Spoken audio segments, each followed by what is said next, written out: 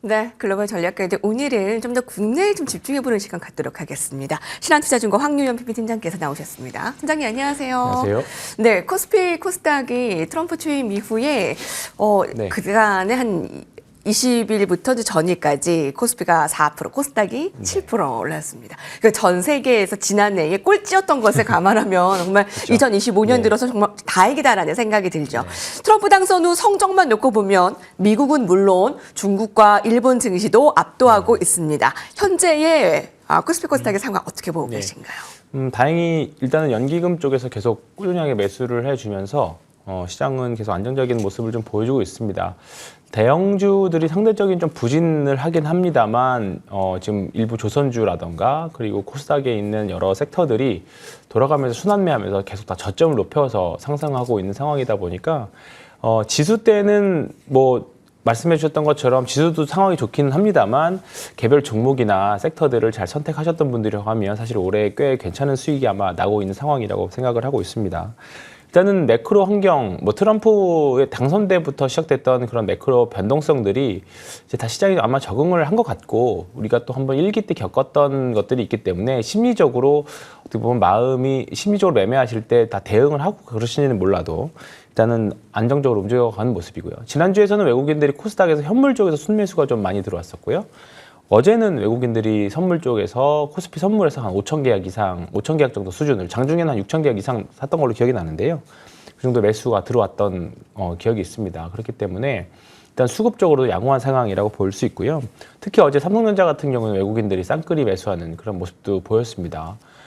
자사주 매입 이슈도 있지만 이제 3월 달에 공매도 재개를 앞두고 뒷단에서 또 말씀드리겠지만 그 이제 공매도만 할 수 있는 게 아니라 또 매수 자금도 또 들어와야 되거든요. 그에 앞서서 또 약간 액티브 자금들이 먼저 패시브성 자금들이 먼저 들어오는 게 아닌가 그 생각도 좀 많이 들고 있습니다. 트럼프 대통령이 당선되고 나서 우리가 사실 일기 때 한 2년 동안은 좋았었거든요. 2016년, 17년까지, 18년 여름까지도 좋았었습니다.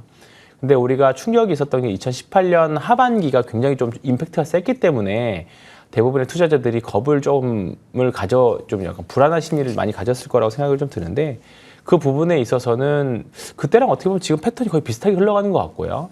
그리고 트럼프 관세에 대해서는 좀 내성들이 많이 생겨서 적응해가는 과정인 것 같습니다. 일단은 여기서 더 충격적인 시장에서 받아들이기 좀 어려운 수준의 관세와 관련된 코멘트들이 나오지 않는 이상은 당분간은 지금 같은 흐름이 계속 이어지지 않을까 생각하고 있습니다.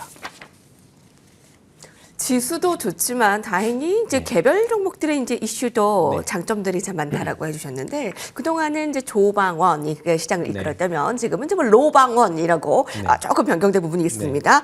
로봇 원전 방산. 특히 원전과 방산은 외국인들이 전체 시장을 팔고 있는 가운데에서도 외국인은 좀 사고 있습니다. 그러니까 원전 방산 지금 포트폴리오에서 없으신 분들은 굉장히 소외감을 느낄 텐데 자 관련해서 트럼프 관세 정책을 맺고 있는 관련주 분석을 좀 차례차례 해본다면요. 어떤 것부터 볼까요? 지금 섹터가 워낙에 많이 주도하는 섹터들이 있고 거기서 순환매도 굉장히 좀 빨리 일어난 상황입니다. 사실 상반기까지만 하더라도 로봇이나 소프트웨어 쪽이 굉장히 좀 강하다가 다른 쪽이 주춤하니까 또 완전히 치고 올라오고 조선도 계속 강한 모습을 보였었지만 지금 또 약간 주춤하고 있는 그런 상황이잖아요. 근데 이런 큰 흐름이 바뀌지는 않을 거라고 봅니다. 그래서 지금 뭐 로방원 이야기 말씀하셨지만 다시 또 조방원이 될 수도 있는 상황일 수도 있고요. 실적도 되고 이제 또 모멘텀까지 같이 붙어 있는 섹터들이기 때문에 여기서 단순하게 끝날 수 있는 지금 시장은 일단은 개별 종목장은 아니라고 생각을 합니다. 일단은 대답을 좀 드리면, 뭐 지금 로봇은 계속적으로 말씀드렸습니다. AI 소프트웨어, 특히, AI에 관련된, 이제 올해부터는 전형적인 이제 피지컬 AI로 들어서면서 로봇이 가장 처음 되는 분야이기 때문에 가장 시세에서도 연속성이 있을 거다. 우리 상반기 내내 보셔야 될 거다라고 말씀드렸었고요. 방산이야 뭐 워낙에 모멘텀도 있는 상황에서 실적까지 계속 받쳐주는 거기 때문에 지금 하나 에어로스페이스를 필두로 이제 조금 상대적으로 잠잠했던 한국항공우주 같은 이제 종목까지도 이제 바닥에서 올라오기 시작했거든요. 그리고 뭐 하나 시스템 같은 경우에는 필리조선소 대주주에다가 방산 이주까지 같이 있는 종목들이기 때문에 주가 위치 자체는 굉장히 좀 많이 올라서 부담스러울 수는 있습니다만 사실 지금 신고가 매매가 어려우신 분들이 여기서 사면 꼭지에서 내가 살까 봐 두렵다라고 말씀하실 수 있으실 겁니다. 근데 뭐 사실 조선주도 그렇고 방산주도 그렇고 한두 달 전부터도 계속 무섭다라고 하셨던 분들은 지금도 아마 무서우실 겁니다. 그렇기 때문에 사실 지금 섹터에서는 강한 종목들 위주로 포트 편입을 하시거나 네. 보유하실 필요는 저는 있다. 다만 아래에서 가지신 분들하고 지금 사신 분들하고는 좀 이제 리스크 관리 당연히 달라야겠죠. 당장 뭐 어떤 악재가 터져서 오늘 꼭지가 될 수도 있는 부분들이기 때문에 이 부분은 사실 이제 투자보다는 이제 매매나 이제 리스크 관리가 더 중요하다 이렇게 말씀드릴 수 있을 것 같고요.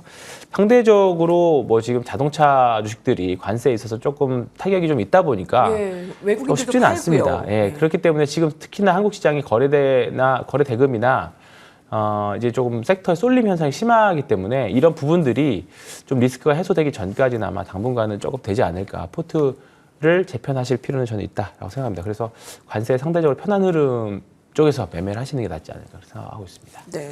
자, 로봇은 올해 내내 봐야 되고, 뭐, 방사는 뭐 말할 것도 없이 지금 하나 에어로스페이스가 뭐 신고가를 뛰어넘는 것은 물론 뭐 증권사의 목표가도 다 넘었기 때문에 여기서 뭐 매매하니까 좀 무섭지만 그래도 신고가 매매로 봤을 때 나쁘지 않다. 그럼에도 불구하고 롯템과 뭐 LIG 넥스원 그 후발주자들 이들 종목도 매수하는 것도 막 나쁘지 않을까요? 네. 일단은 하나그룹주가 올해는 뭐 상반기 일단 1분기까지는 하나 이름이 들어간 종목들이 모든 섹터 측면에서 다 잘하고 있는데요. 뭐 LIG 넥스원이라던가 뭐 롯템, 그다음에 말씀드렸던 한국우주 이런 종목들도 일단 방사는 전쟁이 지금 끝난다 하더라도 군비 경쟁은 또 당분간 또 계속될 거기 때문에 일단 지금은 좋은 흐름은 조금은 더 이어질 수 있을 거라고 봅니다. 예. 자, 원전은 사실 그 잠깐만 여쭤보고 갈 예정이었는데요. 사실 좀 정치 리스크가 워낙 좀 발목을 잡고 있기 때문에 탄핵 정국이 이제 이어지면서 계속 뭐 한수원이 뭐 노력을 하고 있습니다만 이런 좀 빈 자리를 체험하고 있지 않습니까? 그래서 원전 아까 질문이 미운우리 중 원전주 다시 시장을 좀 주도할까요? 아니면 이제는 조금 좀 안쪽으로 아닙니다. 갈까요? 원전은 뭐 두산 에너빌리티 보시면 아시겠지만 시장에서 원전 주식 중 가장 강력한 모습을 좀 보여주고 있죠. 지난 주말에 원전 관련 기사가 조금 뭐 안 좋은 뉴스가 나왔지만 다 무시하고 월화 아주 좋은 모습을 좀 보여주고 있습니다. 대세는 앞으로 SMR이 될 것 같고요. 지금 원전을 지을 수 있는 현대건설, 삼성물산까지도 지금 바닥에서 이제 시세들이 다 나오고 있는 상황입니다. 그렇기 때문에 사실 저는 이거 정치 리스크가 문제가 아니라 우리나라가 정말 잘 알고 있는 sek터 중에 하나거든요. 그렇기 때문에 이 부분은 앞으로 저는 어떤 그 성향의 정당이 이제 집권이 되더라도 원전은 계속적으로 봐야 될 섹터 아닌가 생각하고 있고, 세계가 계속 SMR로 가는 거는 또 AI 소프트웨어가 계속 발전하면 발전할수록 또 전력은 또 계속 필요한 이슈잖아요. 어제 또 관련된 종목들이 올라갔던 것처럼 원전 주식들은 조금 뭐 쉴 수는 있겠습니다만 계속적으로 관심 갖고 보셔야 될 섹터라고 보고 있습니다.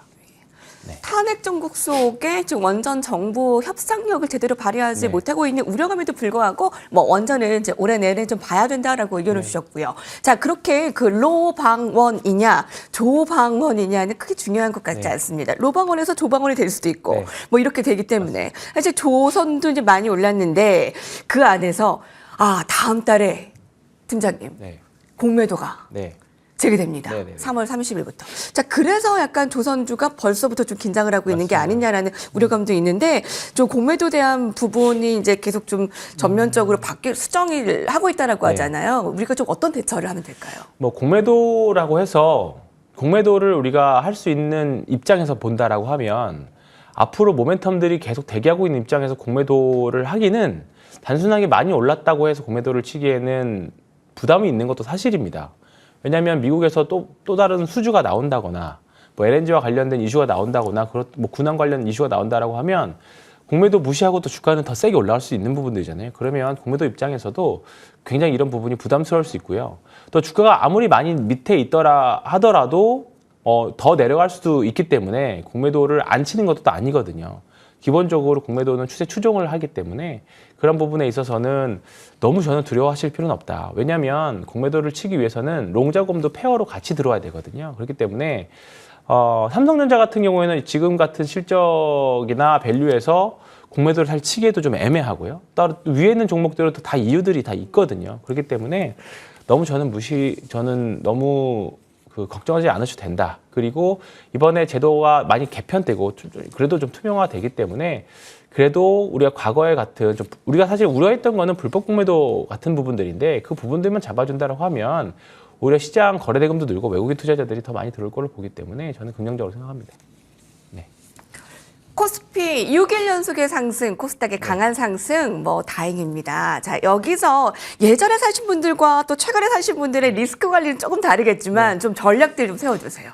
일단은 저는 3월 달에 있을 FOMC까지는 뭐 한 달 정도 남았죠. 그리고 공매도가 개시되는 것도 또 공격이 4월 말인데요. 뭐 공매도 시작되면 일시적으로 조금 충격은 좀 있을 거라고는 봅니다. 긍정적으로 말씀드렸지만. 근데 그 전까지는 그래도 종목별, 섹터별로는 저는 여전히 해볼 만하다고 생각드리고요. 지금 시장에서 화두되는 종목들 안에서 포트를 계속 가져가셔야 된다고 생각합니다. 지금 너무 많이 올라서 새로운 종목이나 새로운 섹터들을 바닥에 있는 걸 사서 매매를 하시기보다 그건 아니다. 네, 그거는 사실 조금 어떤 이슈가 강력하게 나와야 되는데 우리나라 시장 특징을 보면 결국은 1, 2월 달까지 강한 섹터가 상반기 내내 셌던 경우들이 대부분입니다. 그렇기 때문에 여기서 엄청난 변수가 생겨서 우리가 좀 전략을 완전히 수정을 해야겠다라는 이슈가 아니라고 하면 일단 지금 말씀드렸던 섹터들 위주로 뭐 1분기 1월 달, 2월 달 셌던 섹터로 계속 뭐 그 안에서 조금 쉬는 종목들을 고려하시는 게 낫지 아예 다른 섹터 쪽에서 매매를 하시기는 지금 조금 기대 수익률이 좀 많이 낮을 거라고 보고요. 지금 일단은 뭐 변동성들이 계속 심합니다. 바이오 섹터들도 심하고 다른 종목도 심한데 눌러주는 종목들 위주로 잘 공략하시면 저는 좋을 것 같습니다. 아직은 높아도 이슈가 있는 종목 위주로 함께 해보겠습니다. 뭐 수요일마다 뵈니까요. 저희 네. 또 전력 수정된 것들 계속 챙겨보도록 하겠습니다. 신한투자증권 한유현 PB팀장님과 함께했고요. 저희도 같이 인사드릴게요. 감사합니다.